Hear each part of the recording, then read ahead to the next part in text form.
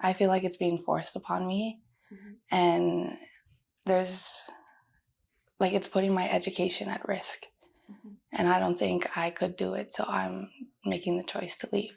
These testimonies are from Indigenous students from English junior colleges in Montreal. There's so many people I know that don't want to study in Quebec because of Bill 96. The students are expressing their concerns regarding the barriers imposed by the French language law, better known as Bill 96. They're talking about preserving their languages, but what about ours? It is part of a campaign launched by Quebec's 5 English colleges, which includes an open letter calling on the province to find solutions that will mitigate the impacts of the law. It is a last resort by the colleges. Now I have to respect their language when they never respected mine. Kim Martin is the Dean of Indigenous Education at John Abbott College.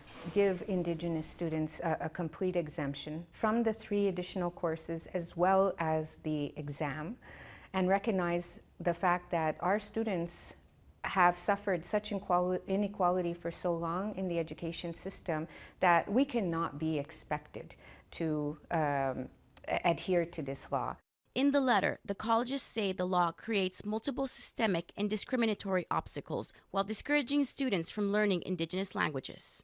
There needs to be better communication, there needs to be better partnership, and there needs to be a better understanding of this government on what are the actual realities in not just French Indigenous communities, but English Indigenous communities also.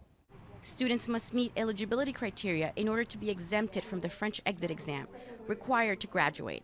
But according to Martin, many don't even qualify because they lived off reserve during their studies. Moreover, the exemption is not even part of the law. The ultimate response is for the government to sit down with Indigenous communities, Indigenous nations, and address the outstanding issues related to Law 14 or Bill 96. That's our prime objective here. The colleges fear these requirements will discourage students from continuing post-secondary education in Quebec. Joandino Canadian is the coordinator of the First People Center at Dawson College.